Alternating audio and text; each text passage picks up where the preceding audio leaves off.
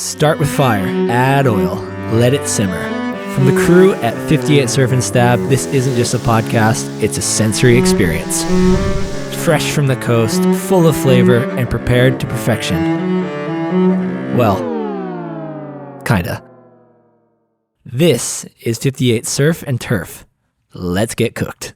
All right, here we are, 58 Surf and Turf. We've got our surf and turf out. We've got a new guest, Marco Mignot, CT surfer. How's it going? I'm happy to be here. Thank you for having me. It's sick to do a little surf podcast. I'm not always doing these type of stuff, so it's sick. Nice. Well, I think we were catching up before this, and I think the last time I saw you in the flesh, you were actually on the shoulders of two people because we were about, I don't know, maybe 15 kilometers away, and you were getting cheered up the beach after winning a QS. No, yeah, that was down in Santa Cruz, down in Portugal. Like for me, like I love Portugal. I actually, funny story is that I lived in Portugal when I was like from 3 to 5. I spent like 2-3 years here. Really? Yeah. So I kind of have a special connection to Portugal. I kind of like it here, and it's a great place. So yeah. That's an easy way to start talking about those early years of your life. I mean, your family has like a big kind of sailing history, right? Like you grew up doing a lot of sailing, and your family's French, but you mostly grew up in Mexico. But like you said, a bit here. Where else? Like what was your upbringing like? Like my upbringing was so my dad is French, my mom's Spanish. Okay. I was born in New Caledonia, so it's a French island near Australia. Yep. And so like they did 10 years sailing, my parents, and then when I was born, they sailed for like 6 more months, and then they stopped, and we ended up kind of traveling in Australia for a year. Just didn't know where we were going. It was like kind of like my dad was trying to find a place where we could stay and just live. We then went to Portugal actually, like after. Yeah. And, here was kind of the first home, like without like going anywhere. Yeah. And I know you have at least one sister and maybe 2 brothers. I have actually 2 brothers, one younger brother, one older brother. She maybe the one you're talking, she's my cousin. Ah, okay. But yeah, she's like, we have a big family. We're 30 cousins. Wow, really? From like the Mignot family. So yeah, it's pretty crazy. You guys get around then. Yeah, I have actually family in Portugal, down in America. I have them everywhere. Like it's pretty much everywhere I go, I have like a cousin or something. Nice. And what's the age difference between you and your older brother? We're 3 years old. 3 years apart. Yeah, 3 apart, and the younger one, we're 10 years apart, actually. Oh, really? Pretty big gap. That's a bigger gap, yeah. Yeah. Too many tequilas. My parents were like, oh, surprise. They got a little bit romantic, did they? Yeah. It was a little kinder surprise.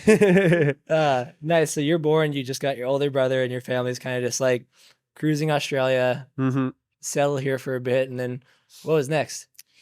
Well, after Portugal, we decided to visit my aunt in Mexico. So this little village in Sayulita. And we went there, and we loved it. You know, like the energy was so good in Sayulita, and my dad was like, you know what, this could be a place where we could live and really like just do a business and really stay and live, you know, like do a normal life. And my dad said, you know what, let's stay in Sayulita, and we've been there for almost 20 years. Wow. So for me, Mexico is home. I went to school in Mexico. I learned how to surf in Mexico. My friends are all Mexican. And for me, Mexico is home. It's where my heart is. I represent France and Mexico, but France is kind of the one I'm representing, but home is Mexico, and it's in my heart. Yeah. Nice. And so what was it like? I mean, I assume your dad surfs, just judging on where you're kind of telling me you bounced around when you're young. Your dad surfs, yeah? He surfed, but he started surfing really late, actually. Really? Yeah, he was never like I wouldn't say he was a surfer. Like he surfs now. He knows how to surf really pretty well, but he's never like, he doesn't come from a background of surfing. We kind of just started surfing because in Sayulita, it was either you surf or you fish.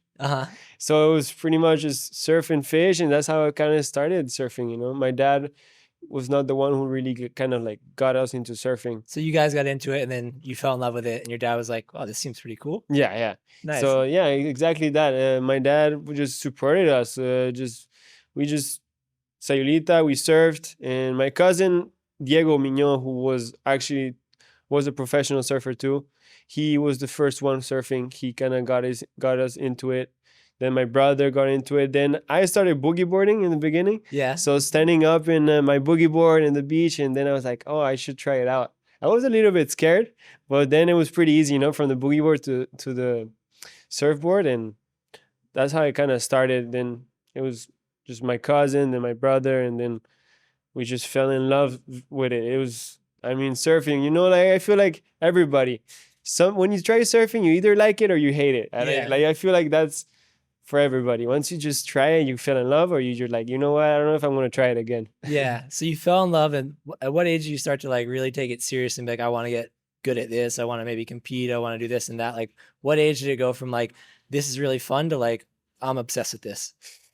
I think from the very first event I did, I think I was probably like 7. Uh-huh. I loved competing. I loved surfing, and I was like, I think in the beginning was just so much love into this, to what I was doing. I was spending hours and hours without thinking about becoming a professional surfer. I just loved it so much. Yeah. And then at that point, my brother started to go to Europe, compete first. Mm-hmm. And then I was looking at them. I was like, I want to be there. I want to be traveling the world. I want to be competing in Europe and stuff. And I was like, Dad, like, I want to be there, And slowly, then Quicksilver, I got sponsored by Quicksilver. And at 11, I kind of went to Europe. And that's where, like, everything got more serious, sponsors and competing. And then, okay, if I want to keep living this dream, I gotta attain this result, because I mean, like, the competition life, and you have to attain this result. So it kind of got slowly just building to where I am. Yeah. Well, you're in a great place now. I mean, as we're talking, you're in your first year on tour. Mm-hmm. You're 24, I believe. Yeah. 2 events in. Yeah. You won your first heat. Yeah, it was that was actually felt really good. That first heat is always like, oh, let's see let's see how it goes. It's kind of like scary but full of emotions.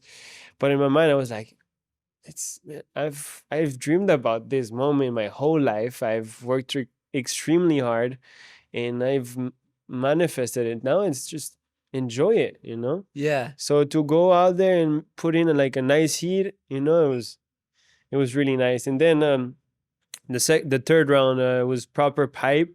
It was nice. I feel prepared because I felt I've been a couple of times in those conditions, but I was like still new to me. Mm-hmm. We compete in Huntington. We compete in waves that we don't get barreled. Yeah. So I don't often like do heats where I get barreled. So for me, it was like a few things I had to get better, maybe drag myself into the barrel a bit more, because if not, you get threes. Even if you get a sick barrel and you get spit out, you're just going to get a 3-point. And there's little things that you learn, and you're like, okay, next time I'm going to get better in that. And it was good. It was a good learning curve, like pipeline in Abu Dhabi, the wave pool, because even the wave pool, I could have went before, but I was like, oh, it was almost like 10 grand to serve it.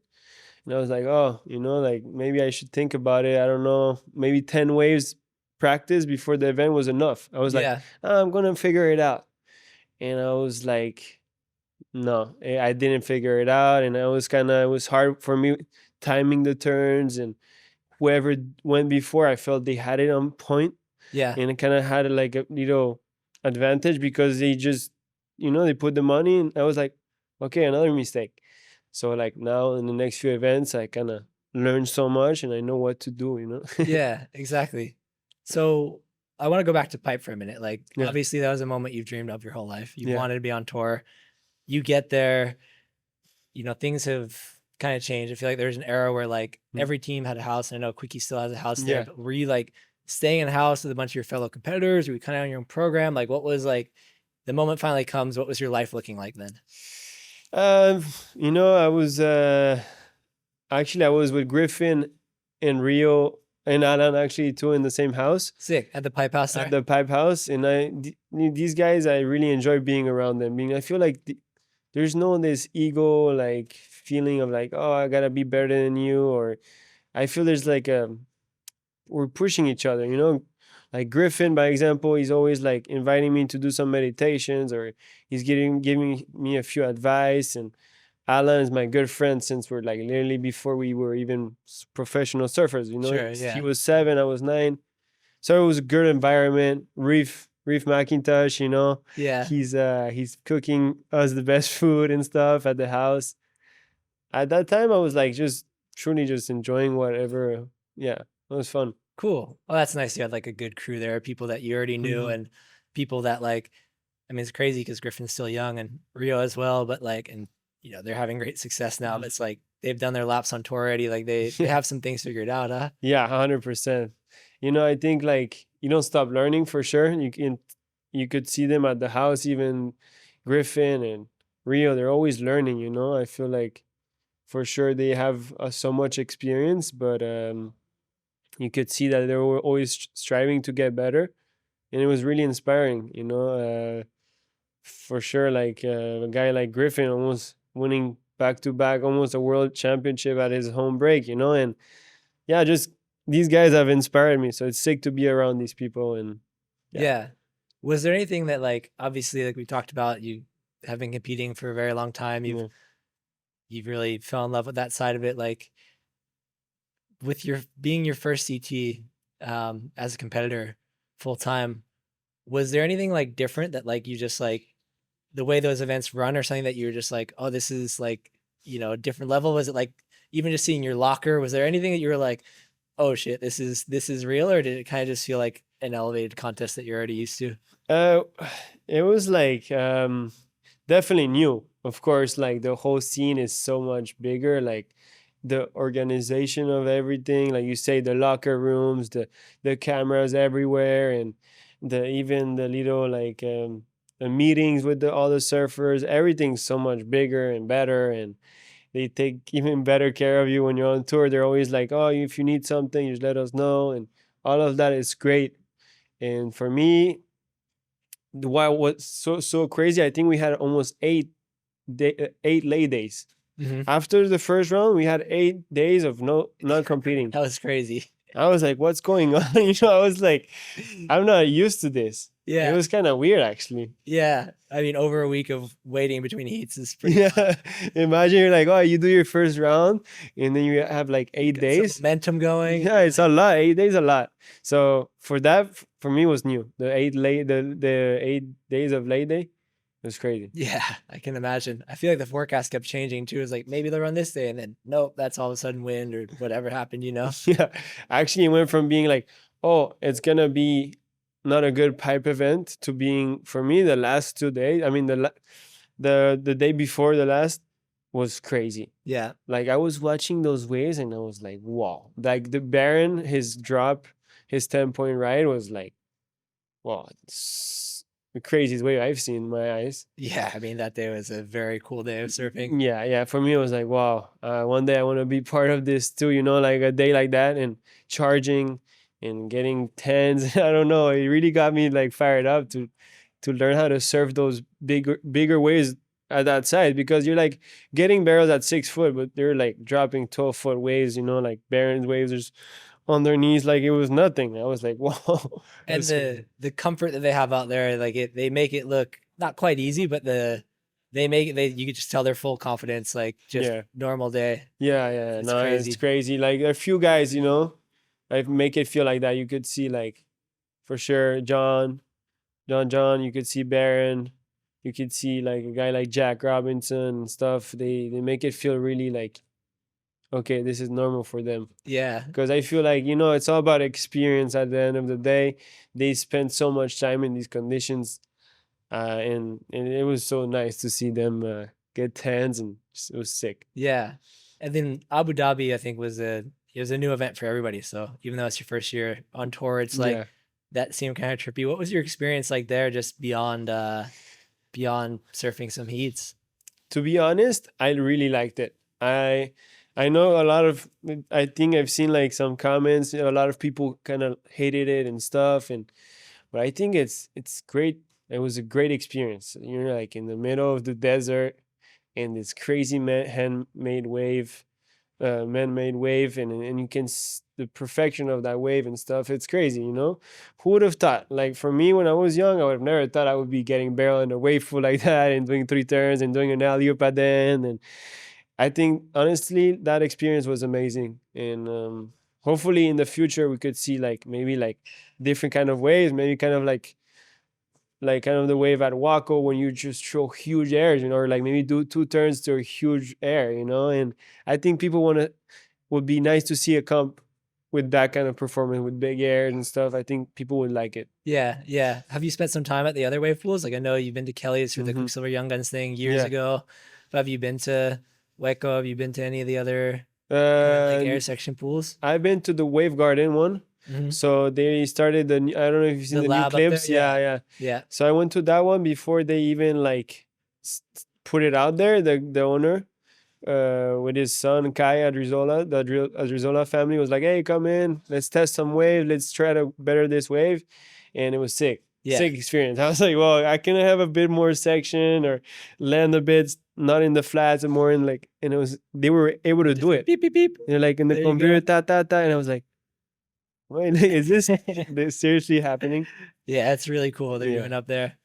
It was sick. I think it would be nice to see a comp in more like impressive, like like 2 maneuvers that are like crazy. I think people would like it a bit more. Yeah. To be honest, I think like people want to see action, and I feel like if they could see that, we could see some crazy airs. Yeah. I mean, we have Stab High, but obviously you couldn't be there because of the no CT surfer can be in non-sanctioned events. I mean, and plus for guys like you, it's like you're risking injury for for sure a big year. Like what do you think about those waves, like from your perspective, like the Waco or like even the Kelly wave pool? Like when you're seeing that, do you like think it's like could be more events like that, or it's like no, I like only ocean? No, I think so for sure. Like I think obviously I'm a bit biased working at Stab. Yeah, for sure. Stab High I think is so fun.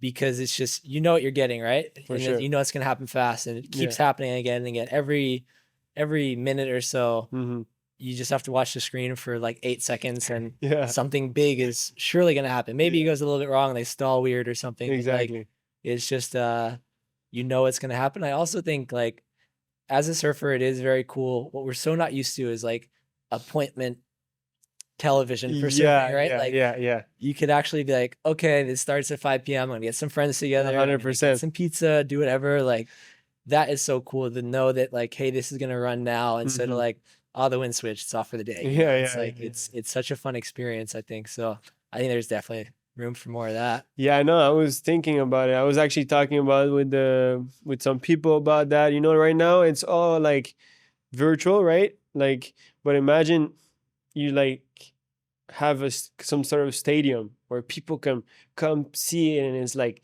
make it a show, you know? I feel like imagine in Paris, imagine just in the middle of Paris, people come see it, and there's a stadium, people going huge in the air. I feel like there's something in there that we could expand surfing, you know, and do it a show. I feel like there's something big. I think it's gonna come eventually. The Munich Pool is a pretty good setup for that. It's right near a big city. Exactly. It can host a few thousand people, can do a big ramp. So I think some stuff like that is not too far off. Yeah, I think it would be good. I think there's some future in it, like you say, like more schedule. I think that's something with surfing. Sometimes it's hard because, oh yeah, Peniche first day, the 15. Yeah. Oh, big storm, no surfing today, not tomorrow, and the next day, next call. There's little things that I like that, like for television. For the TV, it's gonna be hard for people like big for the TV to be like, yeah, let's do it at this time. Oh no, sorry, late day, next day. You know, it's gonna be hard. So maybe a wave pool could do that. Yeah.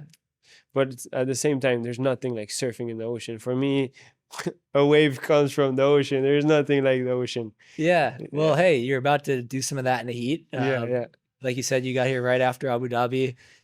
And I know you said you spent a few years here when you were young. after that, did you just like, is it a place that you've returned to, like, you feel like you've probably been here maybe 50 times or something? Like how much time have you spent in this country? A lot. It's a country that I truly like. I like a lot. I feel like kind of like home here in a way.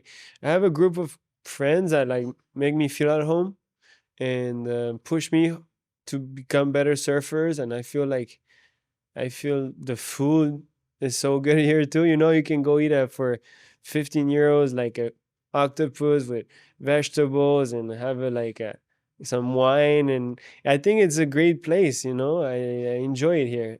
And for me, like for like training is so good because you have all type of waves. We go from beach breaks to point breaks to slabs to everything. So I couldn't say exactly how many times I've come here, but I spent a lot of time. Yeah. What's your favorite place to surf here? I like Koshos is definitely like one of my favorite waves here. Yeah. Definitely there's a lot of people when you surf it, but you always figure out to find, like, it's like going to Snapper. You're always gonna catch one wave at least. Yeah. So but that one wave is you're gonna remember it. Yeah. But yeah, I like Koshos. Nice. And Super Tubos, you spend a lot of time there? Yeah. Super Tubos, I wouldn't say I spend a lot of time, but whenever everything aligns, you'll see me there. Yeah. But yeah, I like it there when it's like 10 foot offshore, those pristine days. There's those days that sometimes like you're like it's kind of side offshore and not a lot of people are there, and there's there's not a lot, but there's those diamond in the rough blowing into the lefts a bit. Exactly. There's some psycho ones. Those days I like them because there's not that many people. Yeah, you and me both. yeah, we'll be there. Nice. I want to talk about something just because we've been talking about you're on the CT now. Mm-hmm. You published a video on Instagram, I think pretty much right after you qualified. Oh yeah. And it was you just recording like a note to yourself saying like it was the start of 2024. So the start of the year that you're about to go on the Challenger Series that was going to take you to where you are now. And you just said, I'm going to put in the work all year. I'm going to get there. And sure enough, you did it. Yeah. Can you talk a little bit about that moment that you're recording that video? It was this early morning, actually, 6 a.m., going surfing, by myself. And just was having my routines, but sometimes you're like, it's hard, it's, you don't feel like going that early, but I was just pushing my spirits, and that morning I was like, you know what, this is going to be worse. I'm going to film myself and I'm going to tell myself that I know that this, everything that I'm working for, everything I'm going to manifest this moment. I'm going to post this clip right here. I'm going to post it on Instagram, and I know because I'm going to qualify. I just had this vision of myself just qualifying, and it making it happen was amazing. Yeah. I'm a big believer in manifestation. I visualize myself achieving, and it's worked out in my life. I believe that if you have a clear picture of where you're going, you can achieve anything you've set your mind to. I believe that if you don't know where you're going, it's hard to get there. And I feel like, like it's like they say, if you don't know what harbor you're gonna sail to, no wind is in your favor. So I believe that if you know exactly where you're going and you set your mind to, you'll manifest it, and for sure you have to put in the work and all of that. Yeah, it's not just gonna happen. And life will test you out. Life will test you out with a bunch of stuff. But I believe if you win those challenges and improve to yourself, and you'll make it happen. Nice. In that moment, was that like the strongest you ever felt that belief? Like, was there something about that morning, just getting up again, even though you didn't want to, that like you just felt it more deeply than you had previously? For sure, that morning, of course, I feel it like certain times more than others. But for me, those moments that are really hard, I don't know, there's something special. It's like going on a stormy day, nobody going surfing, and you go surfing. I don't know, you feel this really good feeling, I don't know, there's something special about it. Yeah. And for me, it was like, I was about to, I just said to myself, let's do this. And it was hard, not because I'm saying this, but at start of the year, it was like, okay, first event, snapper, pretty much first round, I made one heat. Go to the second, first round loss. Go to the third one, first round loss. Yeah. And you're putting all this hard work and all of this, and then I said to myself, man, just relax more, let it go, and just enjoy it, and kind of like going back home for a bit and stuff. It kind of set me into this good energy. I went to Huntington, just letting it go, having fun, and just did that result, and then went back to Portugal, lost first round, got me off the top 10, going to Portugal, kind of like, wow, if I don't make this heat, or like I don't make it to a certain point, I'm not going to qualify, and I'm going to do this, have to do this all over again. Yeah. And I kind of had to let go all of these expectations of myself, and just focus on each moment, enjoying being there with my dad, and just truly enjoy what I'm doing, because sometimes we get caught in like, oh, I have to do this and qualify and this and that and win this event, and you stop enjoying. You're actually just doing it to qualify. Yeah. You're not doing it because you love it, it's like, just relax. Whatever it takes, it will take, just enjoy it. If not, why are you here? And yeah, Portugal, and I went to Brazil with that mindset, just enjoying, and just won, qualified, and it was a big party after, and it was great. Nice.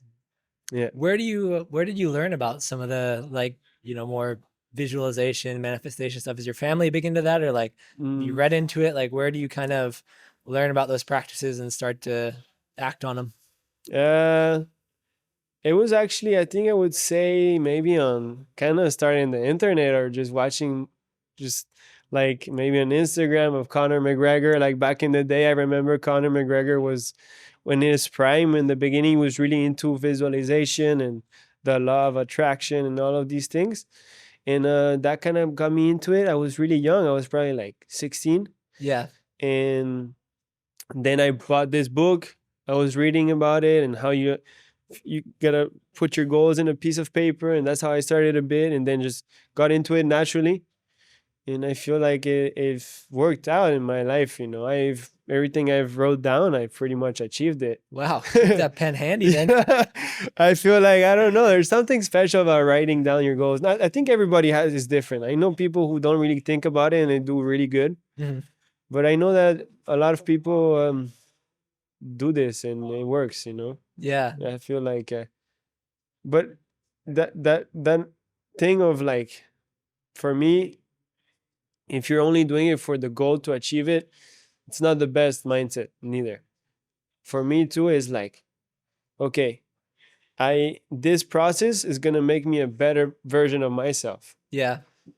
I know that no matter what, I'm winning already, because I'm just following my purpose in life. I'm truly enjoying it, and I'm becoming a better person while I'm doing it. Yeah. I'm not doing to grab that medal or that cup and lift it up. Yeah, you won. The next day it's done. But no, what truly the process of, you had to get there, the person you had to become, and all of these things. For me, that's for me, that's victory. That's the win right there already. Nice. Yeah. I would imagine you and Griffin, like you said, at Pipe, yeah. he's pretty into this. Like, have you guys had some pretty deep talks about that world? I mean, Griffin, every time we talk, it's kind of like a deep conversations of life and stuff. But yeah, he invited me down at they were going a lot with Koa Smith, doing some meditations and stuff. Yeah, we did some walking meditation. We went to the forest and did this nice walking meditation, and it was great. I've never done it, like walking meditation and stuff, and it was great. Deep conversations about it, because I know, like you say, Griffin's into it a lot. Yeah. So yeah, I think some people like it and some do their thing, and yeah. Nice. You talked about social media before, and how, like, I guess the internet and that kind of era brought maybe some of that stuff to your mind. Yeah. That was something where you amassed a pretty big following, I'd say, relative to most surfers from a young age. Yeah. Was that intentional, or did it just feel like, because I almost feel like you're ahead of your time too. Like these days there's so much stuff of people like talking to the camera and everything. And Yeah. I feel like you were doing it years ago and showing a bit more of like your personality and sharing more when everybody's just like very kind of more cold, I guess, and just being like, For sure. this is a clip of me surfing, enjoy it or not. You were kind of more open on there. Yeah. The world's kind of changed, and that's a lot of where it's went now. Do you ever trip on that? I mean, I've never thought about it like that.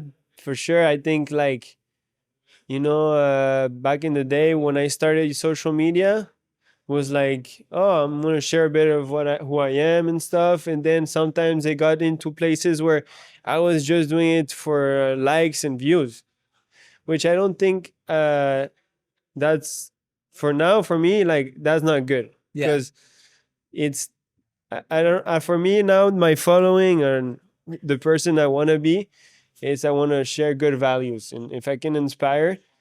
And if through my following I inspire people, that's what I want. Yeah. I don't want to post a picture of whatever to get likes and views.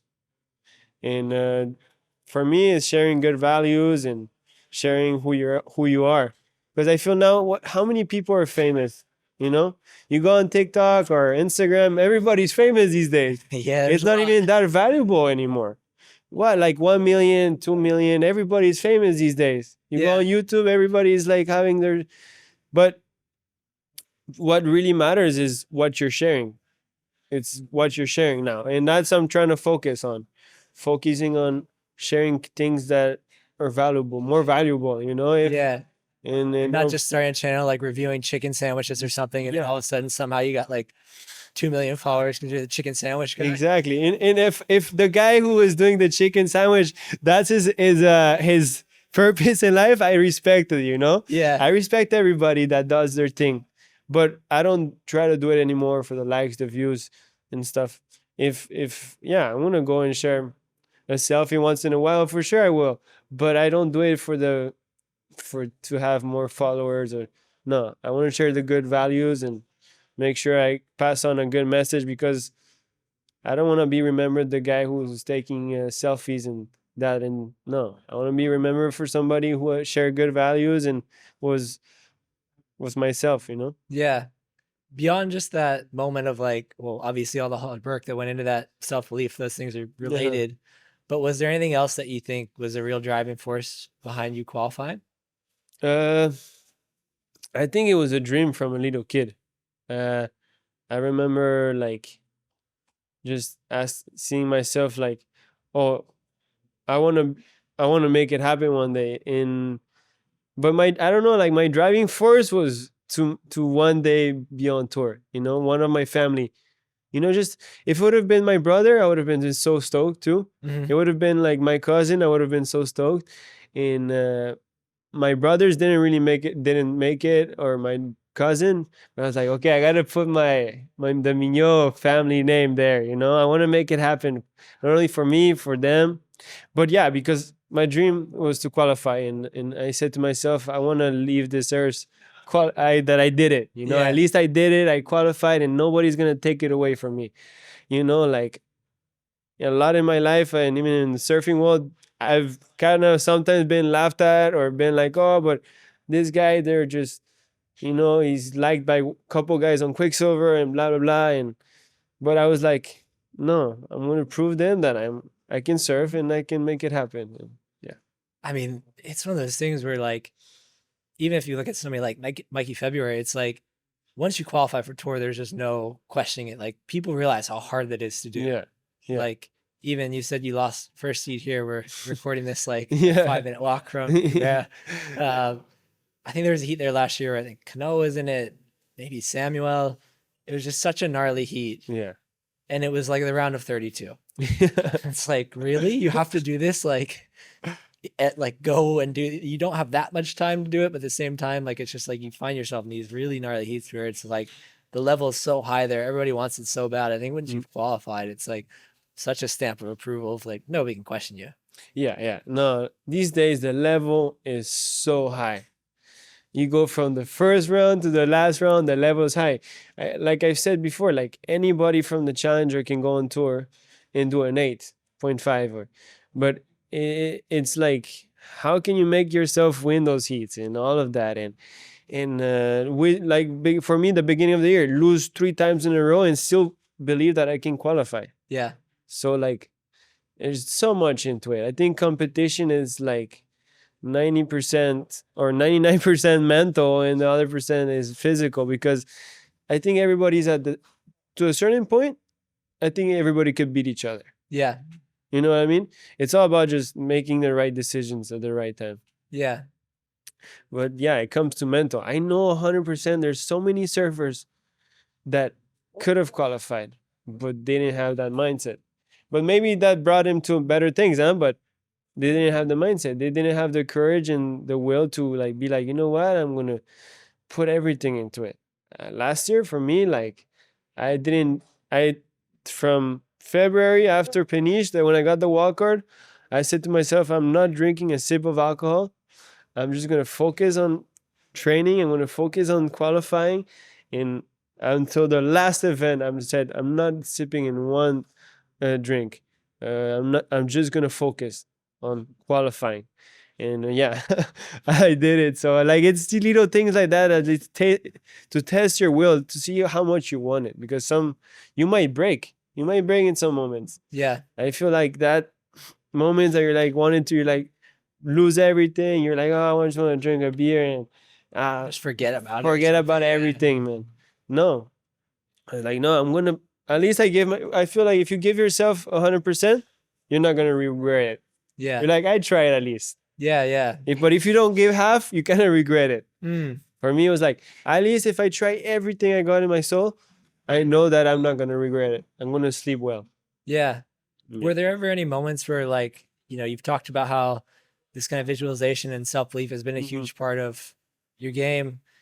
Was there ever a time when you like felt like you were dealing with some serious doubts? Oh, for sure. There's a lot of doubts. There's doubts, there's fear. Even when you're trying to manifest yourself, you're like, there's that thought, you're like, hey, what are you talking about? Yeah, you're not going to make that happen in a way, But I feel like that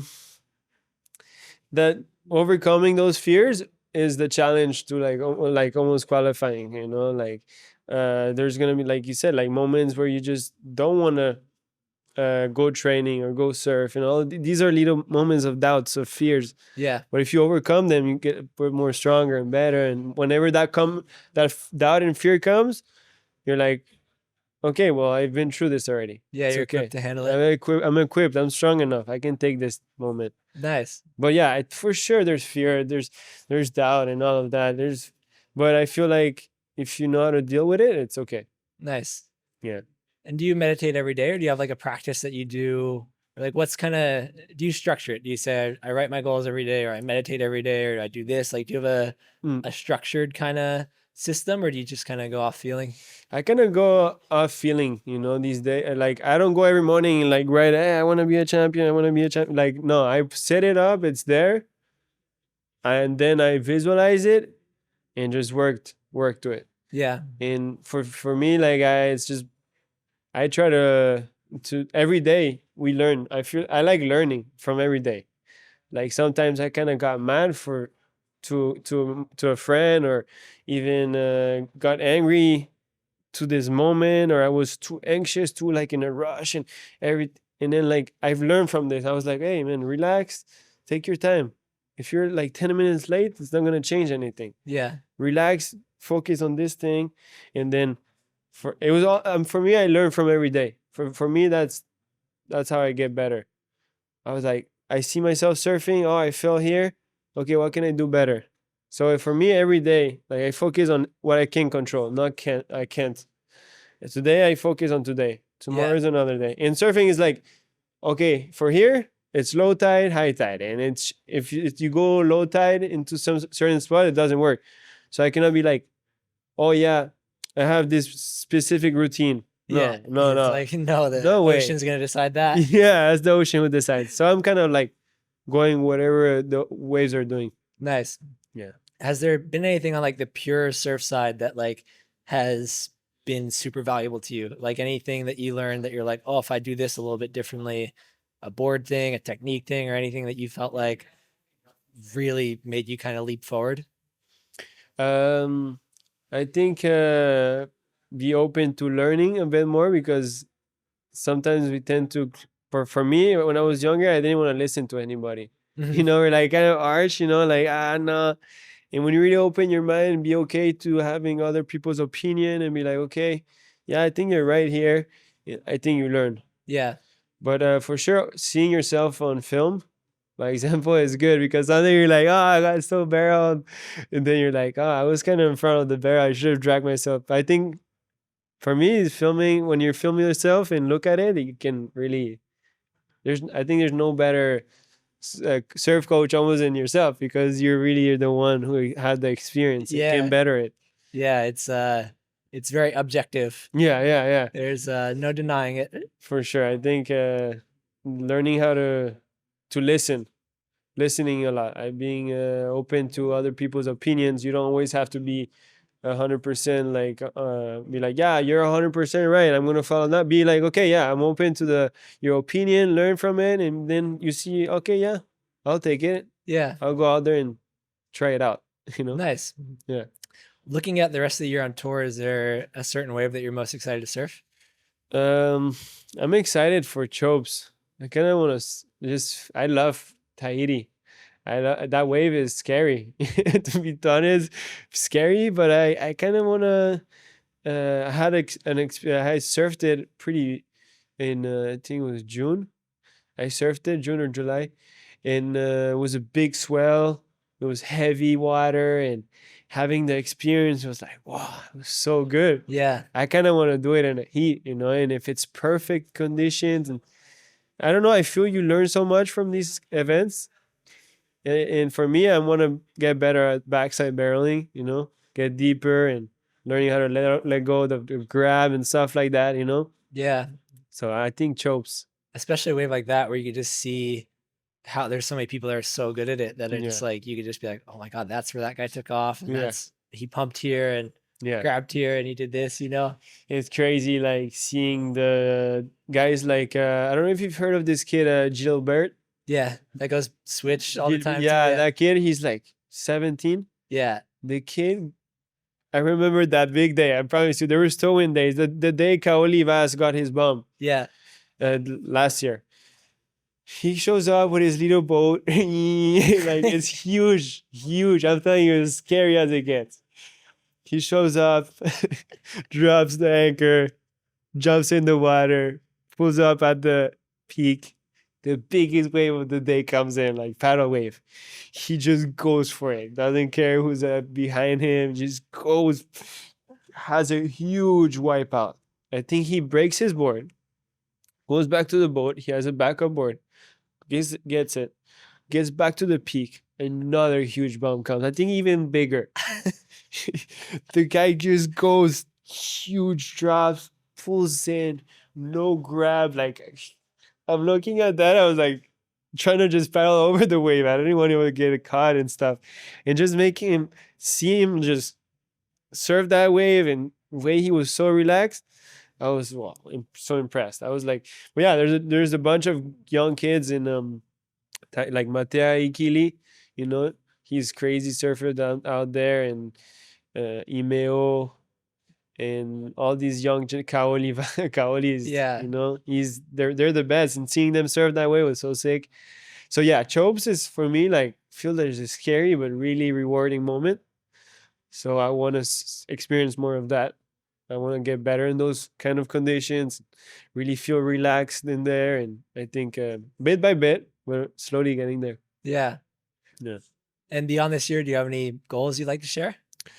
I mean, for me, I have for sure Rookie of the Year, and do the full year on tour, learn, get better, grow from all the experience. And my further goals in surfing, like, now that I'm on tour, my final goal is to become a world champion, to be world champion and win a gold medal in 2028 and for Los Angeles. These are two goals for me, because now that I'm on tour, I'm aiming for the big. Yeah, Because now that I'm on tour, I just don't want to be just like, oh, I'm gonna be on tour and make a few heats and that's it. Yeah. No, I'm aiming big, and I'm gonna work extremely hard.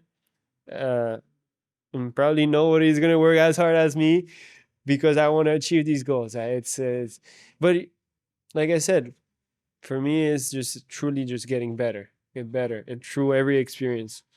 But yeah, these are my two life goals on surfing, my career, and my surfing career. But yeah, Nice. Yeah. Well, before we wrap up, one more question. Anything you've learned or any advice you'd like to share? We talked a lot about a bunch of stuff right now. So we've talked. You're a It was learned sick. man. Yeah. No, thank you for. I feel relaxed and to be able to talk. We know each other and stuff, and it's sick to be able to talk and be relaxed and be able to Yeah. express myself. That's why I love podcasts too, because you're able to express yourself more. So Yeah. like you have a question and you have this certain amount of time to respond it in a way. So I like podcasts because you're able to express yourself. But Yeah, it's more open. I think, especially like obviously in like a written interview, it means so much more. You hear somebody's voice, especially how they're like going through Yeah. questions. It's like written interviews, you just kind of like scrunch what they've said into Yeah. the most coherent bits, and it's you don't really get too much of a feel for the person, even though you Yeah. get a look at some of their thoughts. 100%. I think podcast is you're able to truly express yourself and to be able to share this message of whatever you want to feel like you feel like sharing. Yeah. But yeah, no, I mean, if I could share somebody to share something, it's to in life, if you truly know what you want in life and what's the most important is to become the best version of yourself. Like, okay, yes, there's the goal and all of these things, but to become a better person, and that's what's truly important for me. But yeah, just when you know where you're going in life, just working extremely hard, enjoy it, and yeah, just become a better person every day, just through every experience. Great advice, brother. Yeah, brother. Thanks for being on. Thank you for having me. Appreciate it. Yeah, brother. Cool. Well, Yeah. thank you. No, really thank you. appreciate that. Appreciate That it. was fun. Thank you for. Like I said, I wanted to catch up. I was like, don't talk too much.